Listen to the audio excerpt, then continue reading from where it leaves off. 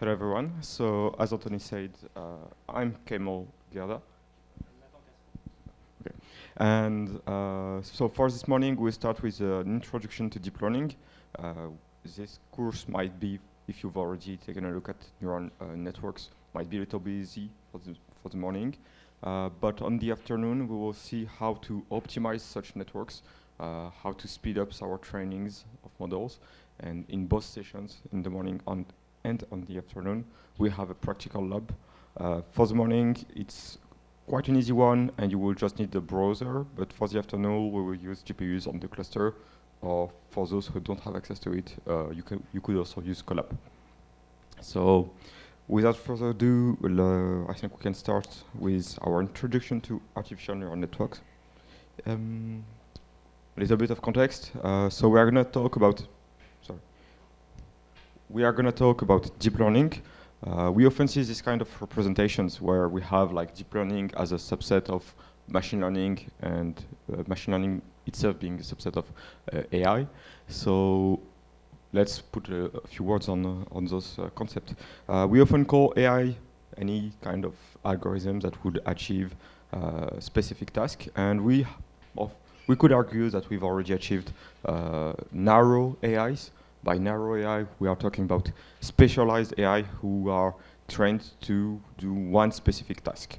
And up to this day, we do have such AIs. But for the general and super AIs that go to the level of humankind intelligence with general knowledge and even beyond, we are not yet up to there. And to achieve such algorithm, we use usually a lot of machine learning. By machine learning, we are talking about algorithms who are trained to, and this is where the learning term comes from, it's often trained iteratively to the point where the model or the algorithm is able to achieve the task we want.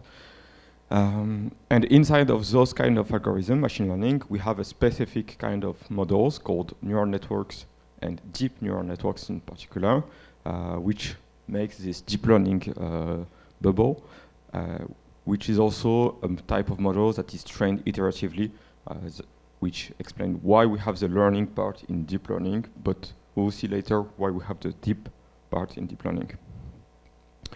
Obviously, deep learning is used in quite a lot of application fields, from healthcare to computer vision and with virtual agents, autonomous driving and all. And all of those fields are seeing those days big applications coming to the user. Some of them, in IoT, we have like personal assistants, and in those personal assistants, we can find multiple AIs, from models that can transcript what a user says to models that can predict an answer. In finance, we have detection of text to, for example, scan a ticket and find information on it. In autonomous driving, obviously, we are it's not up to the point yet, but a lot of people are working on creating algorithms that will help driving itself, the car driving itself. And all of those tasks could be classified in a few classes, which is related to the type of data set we have and what we are trying to achieve. So we are still in the first part where we put a few words, just in case not everyone is familiar with machine learning and data science. So supervised learning. Supervised learning is when you have a data set and you have labels for that data set. I can do it there? Yes. So here, for example, you would have a data set with like two types of data inside of samples inside, and you know for each sample what is his class, for example, if we're talking about a classification problem, a square or triangle in this case, and you are trying to predict for a new sample its class. So you are training a model based on a supervised training process to do a task of prediction. On the opposite, unsupervised learning is a task you don't have specific labels. And for example, let's suppose you are trying to do compression of a data. any data. You are just trying to do compression. You are not doing it relative to, you do not have necessarily like a compressed data example. You have your original sample, and you have a metric to determine if you've compressed well or not your data. And this would be called unsupervised learning, because you are training for a specific loss metric that is not dependent on a specific target. And in the middle, semi-supervised learning is a task where you are trying to do usually a supervised task, but you are trying to leverage information from non-supervised data from which you do not have labels, and you could, like, in this way, improve your performances. So a few examples, in supervised learning, you would find, for example, classification. You have pictures of cats and dogs, and you want to predict if the picture is a cat or a dog. You would like to predict from visual cues the age of a dog. This would be not a classification, but a regression problem.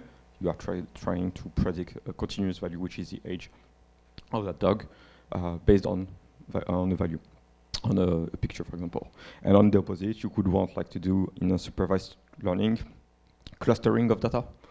Clustering is when you try to group samples of data based on specific features, and you are trying to, that's it. Or you would want, for example, to compress information. You have two features to representing your samples of cat and dogs, and you want to compress it to one. Based on that, we can achieve such kind of representation where if we take supervised, unsupervised, discrete data, and continuous data, so we can have 4 types of tasks. Classification, clustering, regression, and reduction. So, and those are mainly the 4 types of tasks we try to achieve. Obviously, we have more specific ones, such as object detection, but they could be described as specific cases of, for example, classification and a regression problem. A little bit of history about deep learning. It started quite a long time ago, we could say, in the 40s, with the first formulations of neurons, which quickly evolved and have had some improvement in the formulation. And already in the 60s, we had already our first networks. So in the 40s, first formulation of Kamel and his colleague, I forgot his name, but it will come back. If I remind it, I would say it. And in the 60s, already formulation of networks. Quickly, in the 70s, we had what we could call the first winter of AI, a time where most researchers kind of stopped in about neural networks due to several factors, a strong competition from other algorithms, not the right time, not the right hardware at that time, and quite some criticism on the feasibility of achieving a strong task with neural networks. But we've keep seeing a few concepts, and starting in the 2000s, we've had improvements in dataset, improvement in hardware, improvement in software, and in 2010 we achieved, we started achieving records on various tasks, various benchmarks. Here, for example, you have a famous task in computer vision, where before traditional algorithm using computer vision, so extraction of features and machine learning algorithms such as SVM or anything, would achieve 25% accuracy. And the operation of CNNs, the use of CNN dropped down to 15%, and with evolution it kept going down and down, even beating the performances of humans on that specific task. And this is due to 3 decisive factors. I've talked about them a little bit earlier: data, hardware, and framework. Let's talk about each of them, because this is probably what will help you achieve a good project in deep learning if you try to replicate those 3 factors. So data. Contrary to traditional machine learning, deep learning can leverage a lot of data. This is just a representation, this figure. It's just to give you an idea of how deep learning can scale with data. Obviously, deep learning also has a plateau at the end, but it's still to be found, it depends on the task. And we've seen across the years more and more data. Hopefully we have a community in AI where open source is quite strong, so, and collaboration also.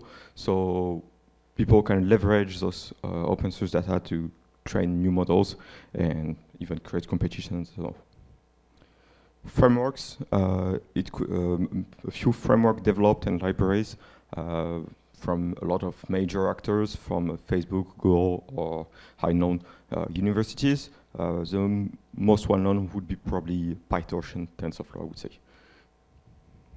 And for this afternoon, we use PyTorch. And hardware, with the development of GPUs and alternative computing systems that are quite efficient for deep learning, such as TPUs, we've been allowed to train bigger and bigger models, more complex models, and achieve better performances. As an example, I would like to talk quickly about JSALT. JSALT is a supercomputer in France, which is hosted by Idris, where Nathan and I are coming from. We are in charge of making the system work and help the user make the best use of it by giving courses on how to use it, giving courses on deep learning, trying to help people optimize their code and all.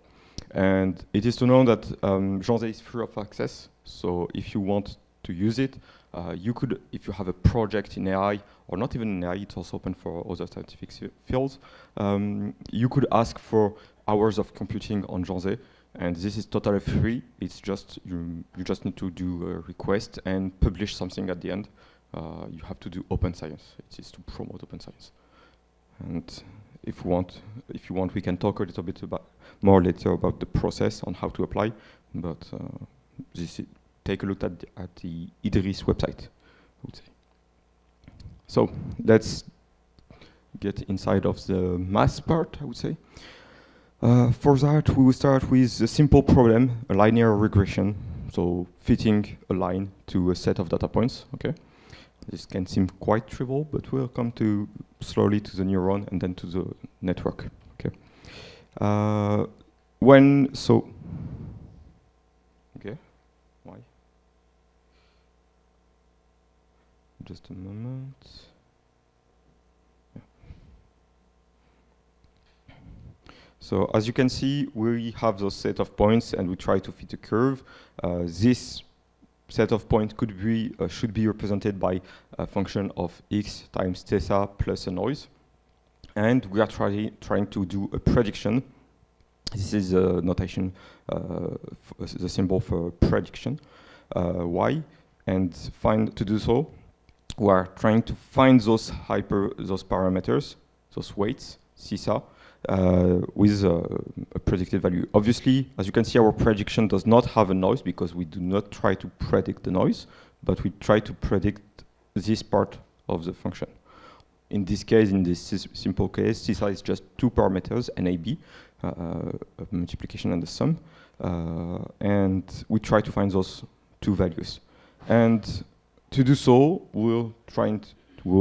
we could test a few values of a and b and evaluate those values based on what we call a cost function. This is what can help us evaluate the quality of our prediction.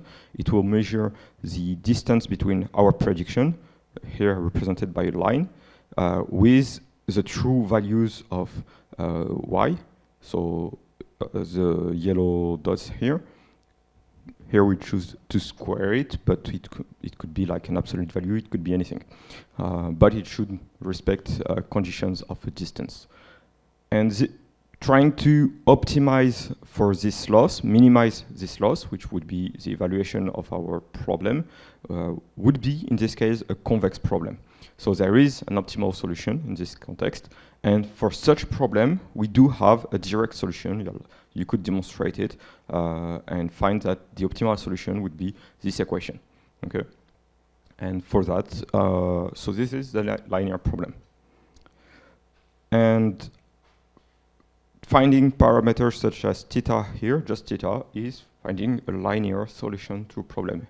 Here with just two values, but it could have much more of that.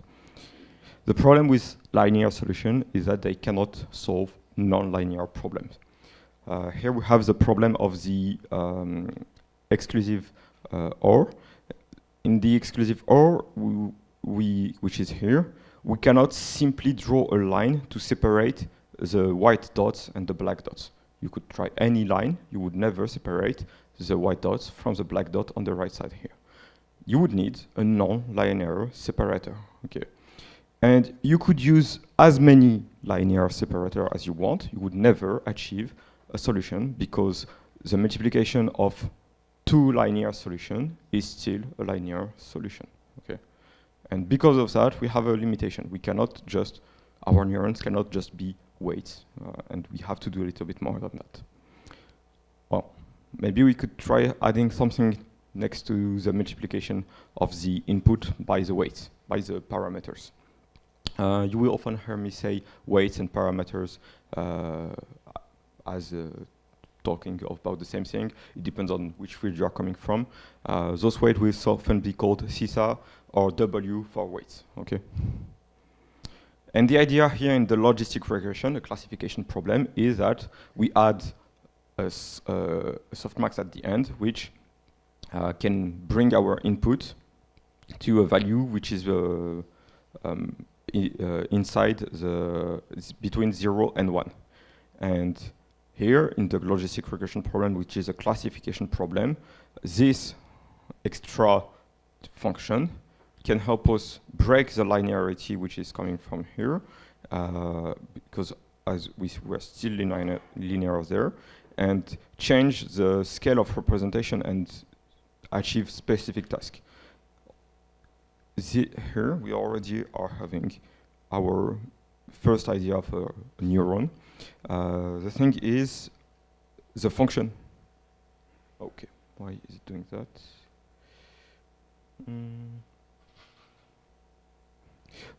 The function you have there, you could change it by something else. There are quite a lot of other functions, and we call them activation functions. And we'll see later why we can choose one or another, but those activation functions are what is breaking the linearity in our function that we could start calling a neuron. So there are activation functions that are more efficient, faster, that can achieve various tasks than others. And combined with our weights, we achieve our neuron. This is what we call a neuron when we talk about neural networks. It's just a function of, so CISA or W, as we say, like as I said, we call it the same thing. We are talking about the same thing. Times put inside our activation function, F, that is there, and this is our neuron. And this whole function will take an input and do a prediction. If we choose a specific activation function, this output will be between 0, 1, and 0 and infinity. It depends on the activation functions. But we have our first neuron, and we can start using them to create a network. It's just putting them one next to another and putting them in what we call layers. The idea is just to have a structure to describe our networks. In theory, we could have much more complex structures than that, but to be efficient, to develop that easily, we structure them in layers. The first layer here would be our input layer. We have an input. It has a lot of features. X1, X2, and X3 are not different samples. It's the features of one sample. And they are given, all of them are given to each neuron of the first layer. It's called the hidden layer. And each output of the hidden neuron of the first layer sends its output to every input of the neurons of the next layers, and so on and so on. And then we end up to, if we choose our last layer with a corresponding smart, I would say, activation function to achieve the task we want to achieve, a classification problem, a regression. It depends on what we want to achieve. That's how we choose usually our last activation function. We can achieve a training, network that can achieve our task. But it is still to be defined. How do we find those values inside of each neuron? And this is how we train our neural networks, and we'll see it right now. Obviously, we have a lot of optimization techniques that we could try on our neural networks, but we will go specifically on one that is called gradient descent, right here. And so how does gradient descent works? First, what is a gradient? Gradient could be like, if you're not familiar with it, a generalization of a derivative, okay? So the gradient is represented here. It's usually the direction of highest increase, okay? So if I have a function and I check the gradient at this point, it would point upwards this direction. And what we do is when we try our model, we said we are training it for loss, specific metric. So we have our neural networks, we do prediction with it, we get an output, and we evaluate the quality of that prediction from the neural networks using a loss metric, which is this axis here. And we could then evaluate our model based on that loss. And if we change the values of the parameters of our model, all of the parameters, not just one neuron, all the neurons, we could have, in theory, like a space that we are exploring. At each point, we evaluate the gradient, and we go to the opposite direction, because we try to minimize our loss. Our loss, for example, if I'm doing a cross, let me go back to, for example, that slide. Here we have a classification loss, which is at best when it's equal to 0. Okay, and usually we create losses that we try to minimize to 0. We could do gradient descent, but this is just a technical change. So we are doing this gradient descent, and this is exactly the equation we use to train our model. So the new parameters of the model are equal to the previous parameter of the model, updated by what we call a learning rate, just a factor, times the gradient of our loss. Okay. So what does it mean? It's just we update the parameters of our model so that next time we try to move our parameters in a way so that the next time the loss will be lower. This is what we do. In practice, the problem is that at each iteration, we just evaluate the loss locally. We do not know how the loss is really for every point, every combination possible of every weight of the neural network, okay? So we have to do this iteratively a lot of times, and if we do it with a more or less high learning rate, it will have an impact on our training. Here we have an example of what can happen with a small and a high learning rate. Let's suppose we have a small learning rate. If we have it really small, we do really tiny steps, okay? We will converge slowly, probably surely, very local solution, if it's small enough, but we will converge slowly towards a local solution. The problem with that is it can be quite slow. We'll need to do a lot of iterations, maybe more than necessary, and we would like to increase this learning rate to speed up our training process, okay? So let's increase it. What could happen is if our learning rate is too high, the multiplication of the learning rate times this gradient, which is local, could make us make the training unstable. For example, let's suppose we start here, okay, where my mouse is right now. We evaluate the gradient, and the gradient is like, the gradient is this way, okay. Let's not forget the gradient in the direction of highest increase. And we go to the opposite direction, which is that way, okay. But we do not know what the loss will look like. So then, when we do our update, so we change our weights, we end up discovering that in this direction, the loss changed drastically in the opposite direction that we expected. So we started diverging. And we could start such a process like of divergence pretty easily. Just increase the learning rate in a training process, and you will see your iterations of on the loss increase step by step. So this is the gradient descent and the impact of the learning rate, and this is what you will see quite a lot when training a neural network. You will do gradient descent, and you will, one of the most important parameters you will use is the learning rate, and choosing smartly your learning rate will be important, and we'll see strategies this afternoon on how to choose this learning rate. So this is just another representation on the impact of learning rate. With a small learning rate, as I said, you will converge slowly. With a good learning rate, you could achieve such a curve, which is usually our ideal case. But if your learning rate is too high, you can just diverge and get bad results, okay? And we have our process. We have our neural network. We know how to train it iteratively. So we know, we have the basics to train a model and use it.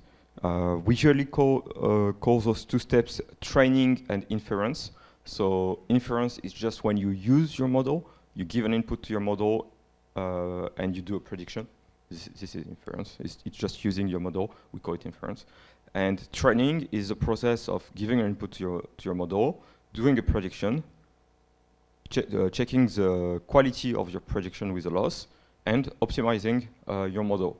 Here I added labels, but it's not necessary. As I said, your task could be an unsupervised task, and you would not need labels. You would just evaluate, for example, the quality of a compression model, okay? And maybe Nathan will talk a little bit about losses. Yes, so in the previous slide, so we see the whole training process, and there is a few parts that are missing, especially the loss function. So we need a function to measure the error between the input, between the prediction and the label.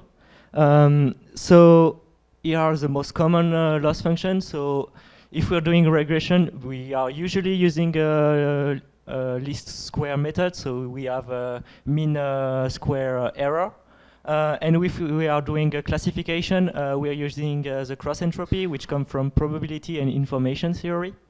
Basically, anything can be a loss function. We just need it to be consistent. So usually with a loss function, we have the idea that lower is better. And we need it to be differentiable with respect to its input. But if it's not differentiable, it cannot be a loss function, but we can use it as a metric. So metrics are, it's the same idea, but we're using it not to train the neural network, but to compare neural network with each other. So there are many metrics, and natural language processing do have its own metrics. So here on this slide, we have the blue score, which is for translation. We are measuring the difference between a translation generated by a neural network with a real translation done by a teacher or a human being at least. And there will be another very important metrics, which is called the perplexity. And when we're using a neural network to generate text, the perplexity measures the confidence of the neural network on its own output. So we can see if the neural network is basically answering randomly. You'll see this week that sometimes with natural language processing, we do not have deterministic output, so having this measure can be very important. So you need to be very careful about metrics, because it can be very misleading, and a very common case is if your classification is you do not have the same number of samples in each classes. So for instance, in the case of a disease, you would have many more people who are healthy than ill. So if you're using accuracy and there is 1% of people who have the disease, then an AI which always answer that the person is healthy might actually have a better accuracy than an actual neural network. So you need to be careful about those kinds of metrics. But it's a very, very useful tool to detect biases and very specific behavior of the neural network. And the last tool that we need is the computation of the gradient. So if I come back to the training process, we have basically the whole, every tool that we need, we have it. So you have the neural net. Merde.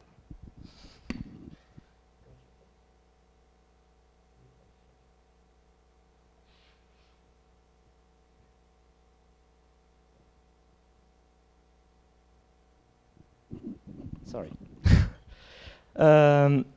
So you have the model parameters here, and with its input and the model parameters, you can have the prediction with the method that Kamel explained.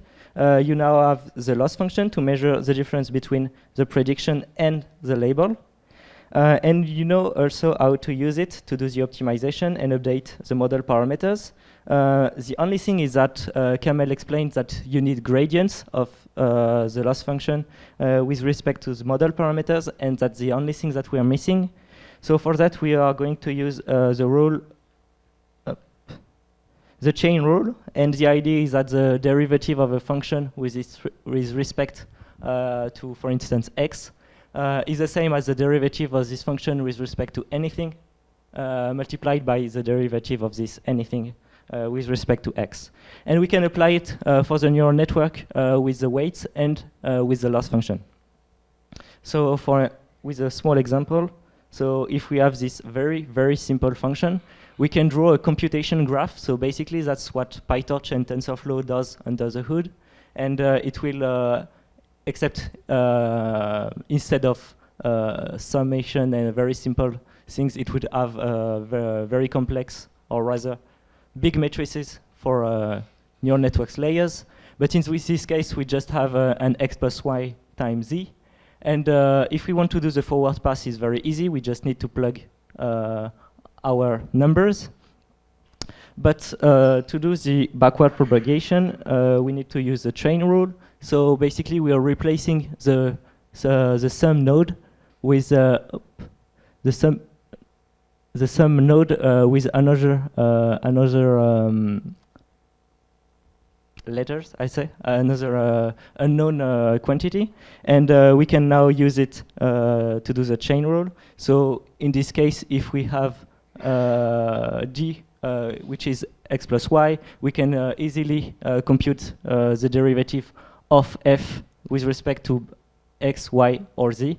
And if we do the multiplication, we can see that the derivative of f with respect to x is would be just z, which is very obvious because it's a very simple example. But that's why that's what we are going to do with neural networks. So if we replace now with a neural cell, so we have our gradients which come from the output of the network. We can compute the derivative of the loss function with respect to the weights and with respect to the inputs. And because we have the derivative of the loss function with respect to the input, we can propagate it back to the previous layers. And that's why it is called the backward propagation, because where we are doing inference, then the computation is going in one direction, and when we are computing the error, it's going in the other direction. And basically, with neural networks, we're doing it with matrices, which is the exact same thing with bold letters instead. So now we can just build networks which are as big as we want. So we can have as many neurons in a layer and as many layers as we want. The deeper the network, the higher the level of abstraction we will have. But it will result in issues in the training process. So in this afternoon, we will see optimization about neural networks. So in many networks that are not very big, but in this case we will be talking about natural language processing, and they are by far the biggest network which exists. They are orders of magnitudes bigger than other kind of neural networks. They have billions of parameters, so billions of connections. And we will need a special optimization, which we'll see this afternoon. And in the meantime, Kamel will be talking about overfitting. So, when training our model, or any machine learning model, in fact, we are trying to fight a problem which is a bias variance trade-off. So what are we talking about when we call bias and variance? Let's suppose we have a set of data with crosses and circles, and when we try to find a separator, we try to do a classification problem, in fact, and to find a separator that would allow us to, in the future, if there is a new point, predict if it's a cross or a circle, okay? Then we are having a problem, because if we choose a separator which is simple, here, for example, a simple linear separator, we are having a bias problem. What we call our bias is, we try to minimize two things, the bias and the variance. The bias is the error related to the type of model we are choosing. For example, here our linear solution creates a bias in predicting those circles in this part, so in crosses, and those crosses as circles.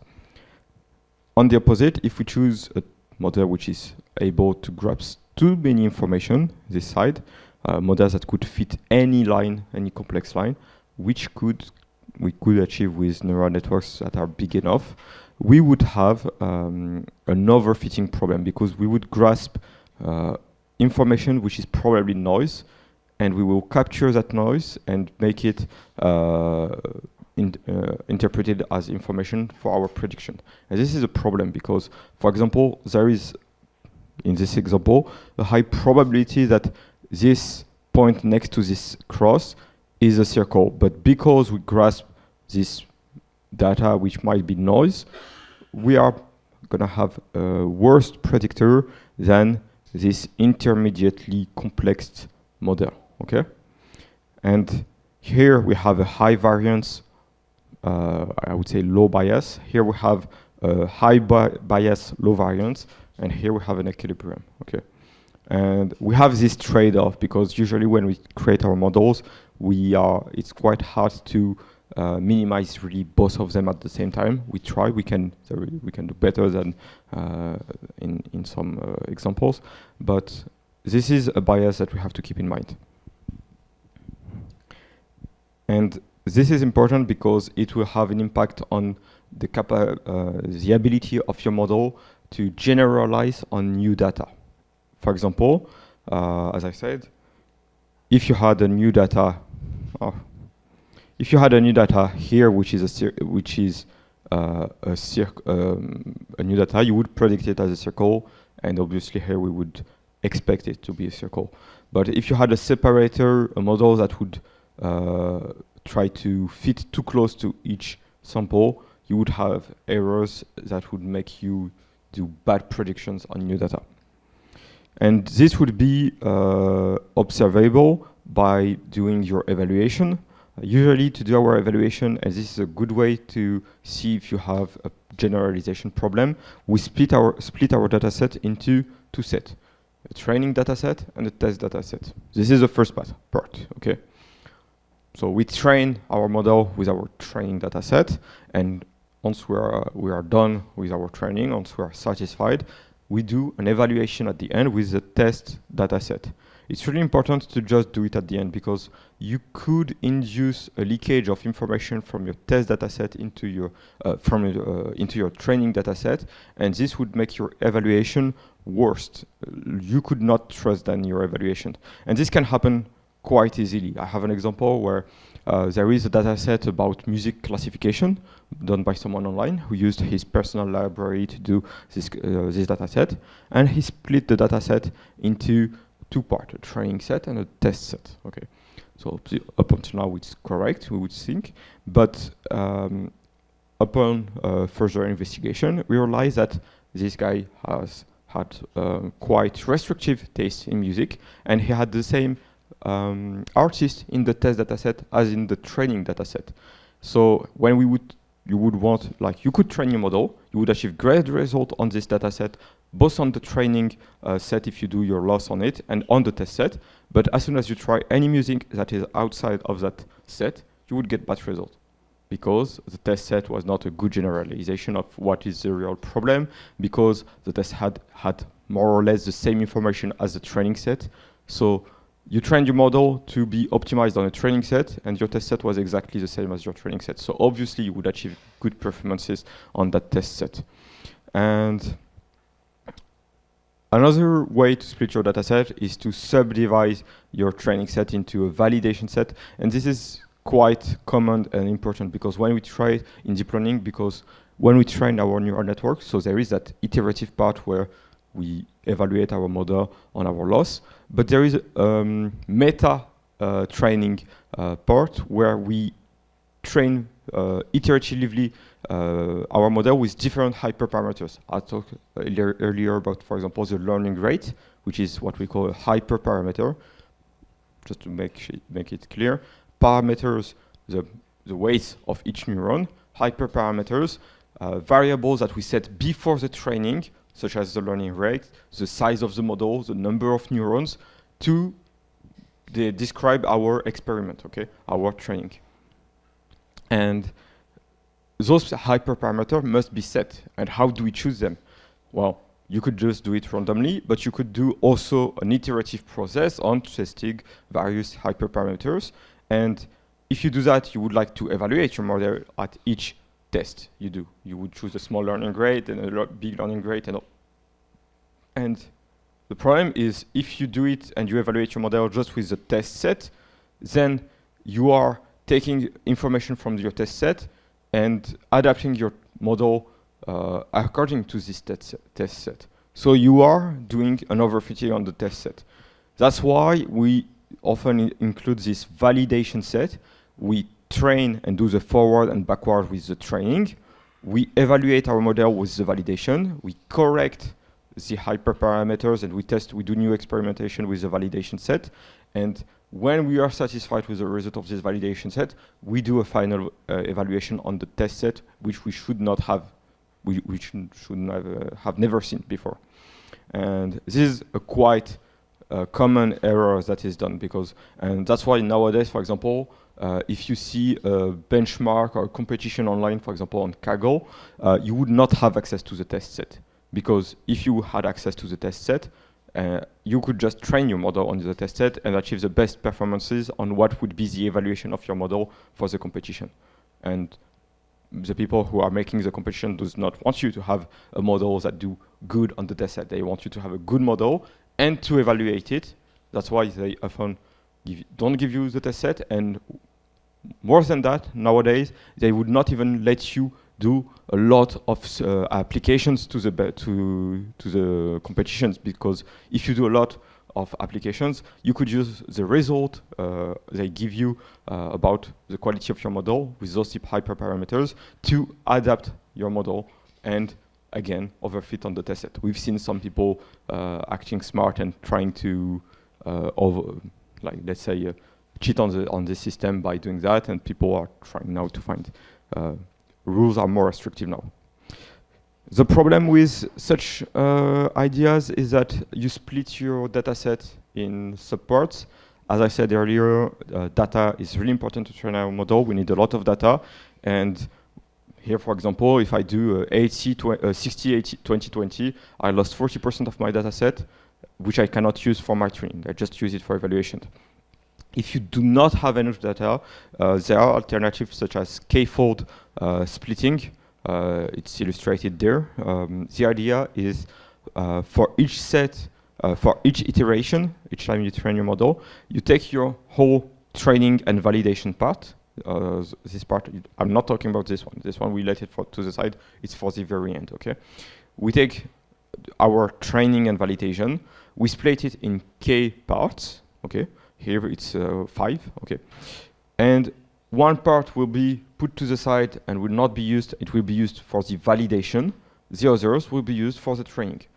Next time, we choose it's the second part which will be used as validation, and we use everything else for training. This is suboptimal, I would say, in the quality of the validation of the evaluation, but it's quite enough to help you find hyperparameters. And at the same time, it allows you to use all of your training and validation set for training your model. So it's often a smart strategy. But if you have enough data, you can just go for the training, validation, test split. Okay. As I said, the goal is to have the best results and the model which has the best quality on the test set. And to do so, we have a lot of techniques that can help us reduce the distance between this test error and the training error. So this is the loss on the training set, this is the loss on the test set. And we can see here that our model is worse on the validation, on the test, than on the training, okay? And this is not what we want, because we want a model which has a pretty close loss between the test and the training, and that generalize well. For that, we use regularization techniques. By regularization, we call techniques that would help you create a model that generalize better on your test set or on real data, okay? And there are quite a lot of regularization technique, L1, L2, dropout. We'll see a few of them right now.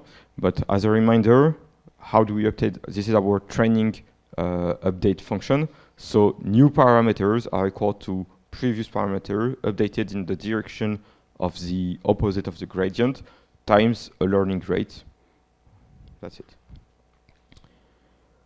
Well, a simple strategy would be just to stop the training once our model starts being worse on the test set than on the training set. This is called early stopping. Obviously, here we didn't have the best result. We are in the underfitting zone. Our model is not grasping enough information to describe our data. But here, it's overfitting on the training set. And because it's overfitting on the, why can we say that it's overfitting on the training set? It's because we keep having a lower and lower loss on the training set, but it's getting worse on the evaluation set, the validation set. And because of that, we can say that our model does catch information in the training set. This is true, but it's not catching the right information. It's catching probably this kind of information, okay, at this point. And even though it can look interesting and well, it's a good hint that our model can keep grasping more complex information, it's not grasping the right information at this point. And we still have, again, this representation of bias and variance. And at this point, because we are grasping that bad information, we are having a worse variance, and we are doing having a generalization error, which is increasing. Okay, so just stop it here. But this does not really help getting this line closer to this one. Another one would be, two other ones, would be L1 and L2 regression terms. You might have heard them about called lasso and ridge regression. It's the same thing. The idea is simply to add an extra term. So before we did not have this regularization rate and this regularization function. It was stopping there.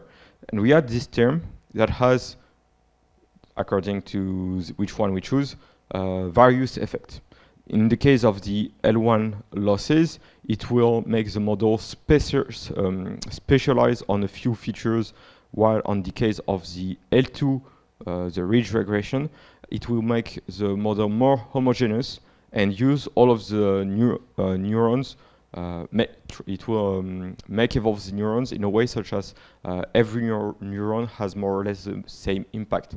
And this can force the model evolve in the direction that it is dependent on more features than before. Let's take an example. Let's suppose I'm training a model on classifying pictures.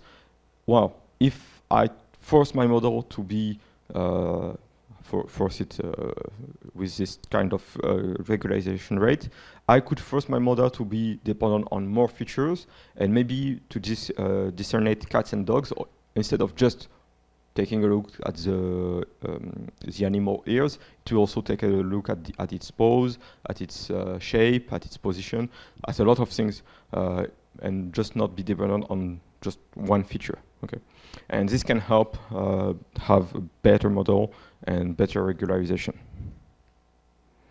Another one, which is called dropout, and that you will see quite often, is the idea that to force the model to train every neuron, what we do is, this is our model architecture, okay?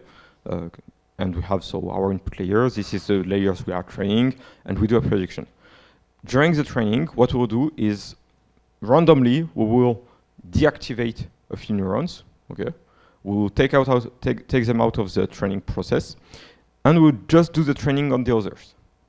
This can have the impact of, it's just like the L2 regularization, it will force the model to use every neuron, because sometimes what can happen is one neuron can have a high impact factor, and the other gets to 0.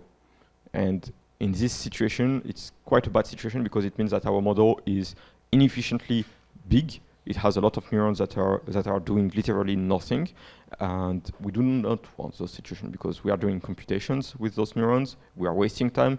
If I didn't want to have those neurons, I would just not have added them to the model. Okay, so to make them train, we deactivate the neurons randomly during the training.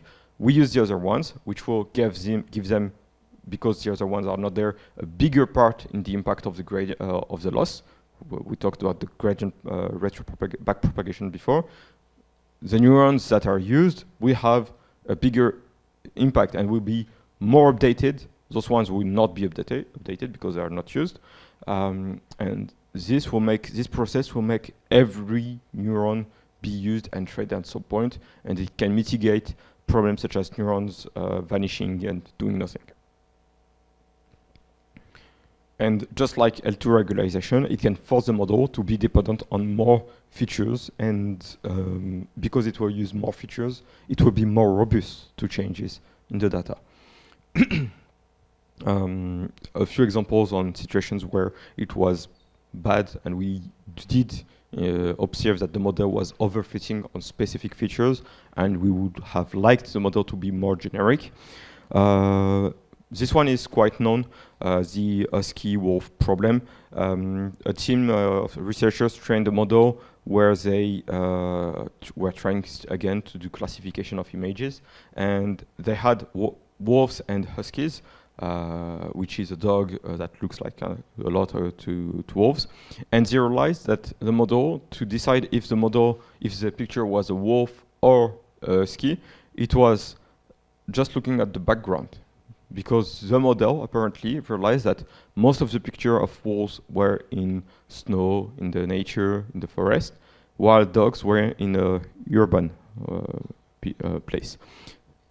So not only the model decided to rely only on a few features, but it decided to rely on non-important, biased features. And maybe adding regularization that makes the model be more robust and force him to use more feature to do a decision would have avoided this kind of behaviors in the model. So a few references if you want to a little bit dive into the math and everything. This book from François Chollet called Deep Learning with Python. Or you can also find a few online courses from either Stanford or the university where I studied, which is a technical university of Munich. you can find the courses online. Or there is also this book of Jan Goodfellow called Deep Learning, simply. So let's continue now on recurrent neural networks, because right now we just talked about what is really a neuron and a neural architecture, but in practice we do not use this kind of architecture. We organize neurons in much more complex ways, and Nathan will describe one of them. Yes, so architecture for NLP are more complex, but the building blocks is not actually very complicated. It's just what we saw earlier. So before we move to NLP, are there any questions first? Oops. Okay, so we can talk about sequences. So I'm not going to explain what a sequence is. I think it's very intuitive, but we can represent almost any many kind of data as a sequence. So it could be a sound, which would be a pressure wave. It could be a calendar, but it could be also text. Text can be seen as a sequence of words, but we could also use sequences for time series or anything. The only thing that we need is to convert our data to something that the neural network can use. So that is to say, just numbers. So for text, we have the issue that humans and AIs do not understand each other. So usually what we've been doing for the last decades is just encode the text, so it can be transmitted by email or anything, but it does not carry any meaning. It's just something that needs to be interpreted by humans. So we need to overcome the language barrier so that AIs can understand the text. So for that, we have a special kind of layers, which is called the embedding. And basically, it's just a translation between words and vectors. We can see embedding layers as a factory. So we have a dictionary, which is a preset number of, we have a preset number of words. So it depends of the neural networks, but it could be something like a few 100,000. And for each of them, they have their own vectors. And the embedding layers is just doing this transformation. This embedding layer is trainable, just as any layer in the neural network. So, there is no special algorithm for it. It's just any layer, so I won't explain it any further. But now we have a vector that represents a word, but what is very interesting is that it also represents the meaning of the word, which is more important. So now that we have vectors, we can do operations such as multiplication or summations or subtraction or anything. And what we observe in practice is that we can capture the meaning of words. So if we do this operation king minus male plus female, it's very clear that we should have queen, and if we are using the vectors that is written by the embedding layers, that is indeed the case, or rather, the vector queen is pretty close to the vector king minus male plus female. And that's very interesting because that means the neural networks can understand what the relationship between a king and a queen is. We can also have an idea of abstract themes. So if we just do queen, king minus male, but without the plus female, then we would just have a vector which represents royalty overall. So that means we captured the semantic relationship between words, but on few languages we can have more. So in English we can have big and bigger and biggest, which are technically different words, but if we're doing this embeddings process, we can find that the difference between big and biggest is the same as the difference between small and smallest. So we can understand the ust separately.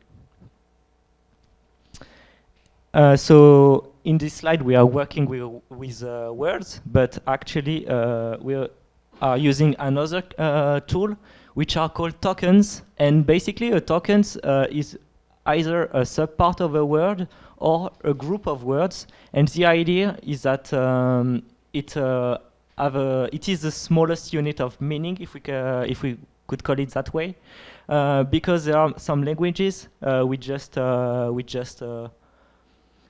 stick words which each other to create a new word. So that's especially the case with German. It is somewhat the case with French as well. So basically, if we have this word, anticonstitutionnellement, it could be separated as anti, which could be learned separately, and each part of the word could be learned separately, so that when we find the word anticonstitutionnellement, even if we have never seen it before, we could have an idea of its meaning. And it works with almost every languages. So if we have this sentence is German, we could have the idea of the fact that the subject is a female separately, so that we, if we find these sentences in our dataset, and then later on we find another sentence which is almost the same but with a male subject, we can understand it because we did a separation correctly. So usually it's a subpart of words, but it could be multiple words which are stuck together. So for instance, I did it with Paris Saint-Germain. So the idea is that we could separate Paris as the city and Saint-Germain as a part of another city, but Paris Saint-Germain is an organization which we might see very often in our dataset, so it might be worth it to create a new token just for this.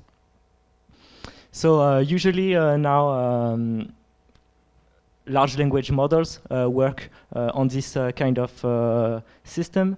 The most modern one are not even using letters as the smallest unit, but bytes, which happens to be a bit more efficient, but it is not as intuitive, so I did not show it in this slide, but the idea is exact same. So now that we can separate words into smaller tokens, and we can turn these tokens into vectors, we need to understand how neural networks use them. So now we have an issue, which is that neural networks do not have memory between two inferences. So we would either need to stick the whole sentence into the neural networks, which is bad because neural networks need fixed length sentences. So we need another kind of neural network, which is called recurrent neural network. And the idea is that we take the base neural layer and we just give it memory by feeding it its own output. So it's just another weight matrices which need to be trained, but the idea is that the output depends on the input, obviously, but also on the previous output. So that's the most simple recurrent neural network. So if there is multiple way to see, to display and represent this recurrent neural networks. So usually what we do is we unfold them, and in this representation, every blue square is actually the same layer. So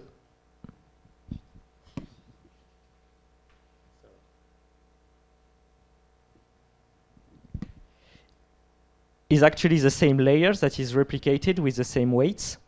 And x0 to xt is just multiple tokens in the sentence. And so the output, which will be the hidden state, so in the base recurrent neural network, the output and the hidden state is the same thing, is just passed to the same layer actually, but with the next token. So just as regular neural networks, we can stack them, and if we unfold them, we would have this rather complicated representation, but it's just the same idea that each cell has its own output as an input, so it would have memory and remember previous tokens. What's very interesting about recurrent neural network is that they are very flexible. So we can have obviously one output to one input, which is the regular neural networks. But we could also have multiple outputs if we keep doing the inference. We could only also look at the final generation, so we would have multiple inputs and just one output. But what's very interesting with natural language processing is sequence to sequence. So we are doing multiple inputs to multiple outputs. So either they can be lined up. So if they are lined up, like on the right, basically we are, for instance, classifying each token separately, could be. But if they are not lined up, it could be translation, for instance. So each orange block would be a sentence in French, and then it would be returned, and green blocks would be a sentence in English, for instance. So there are more complicated recurrent neural network. The reason for that is the most simple recurrent neural network, so the one on the left, is actually garbage, so it doesn't learn anything. It tends to forget very quickly. So if it forgets very quickly, then we cannot feed it very long sequences, which is that's a big issue for natural language processing. So we have more complicated cells, which would have a longer memory. So LSTM stands for long short-term memory. So it's basically solves this issue of RNN. Not perfectly, it still tends to forget, but it has a longer memory. And then there is a gated recurrent unit, which is an economical version of the LSTM. So I'm not going to explain exactly the graph because it's not very interesting, but it's just the RNN with longer memory. So if we are doing a translation, for instance, it's an example for a sequence to sequence. But it could be anything. It could be the input would be a text, and the output would be a summary, for instance, of the text. So we would have we would have two neural networks actually. One would be work with a sentence in French, for instance, which would be the encoder, and another one the sentence in English, which would be the decoder. So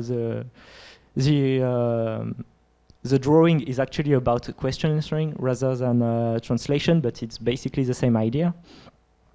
And in the middle would be a representation which is which does not depend on the language. And the question is, what is the input of the decoder? Is it just the output of the encoder? So that's what we used to do a long time ago, in 2014. Maybe. And the issue is that we would lose information. So the issue of RNN forgetting things would be increased if we just take the final state of the encoder. So the idea is maybe we could feed the decoder with, instead of giving it just the output of the encoder, we could just give it all of them. So because we would have an issue with length, we would do something like an average of all hidden states. So that's an idea. It's not done in practice because averages tend to lose information. So what we want to do is a weighted average, which would give more importance to tokens which we think are more important and more relevant for the task. And so we are going to give RNN something called attention, which is basically a weighted average. And attention is the building blocks of natural language processing. So if we have the largest language model, such as ChatGPT or anything, it does not even have a recurrent neural network anymore, but it has attention mechanism, which is the base. So I'm not going to show the equation, but just the intuitions. So the idea is that if we are giving a word, so for instance, bat, the AI does not know if we are talking about the animal or the object, because the same word can have multiple meanings. So the embedding layer cannot solve this issue because it's doing the translation word by word. So the embedding returned for the word bat would carry information for both the animal and the object. And the AI cannot know which one it is without looking at the context. And that's what attention mechanism is going to do. We're going to do a weighted average, but a smart one, using the context. And if we have a whole sentence talking about cars or about a game, then maybe we can find that it's not the animal, because then the word bat, the embedding related to the word bat, would also carry information about other words that are in the sentence.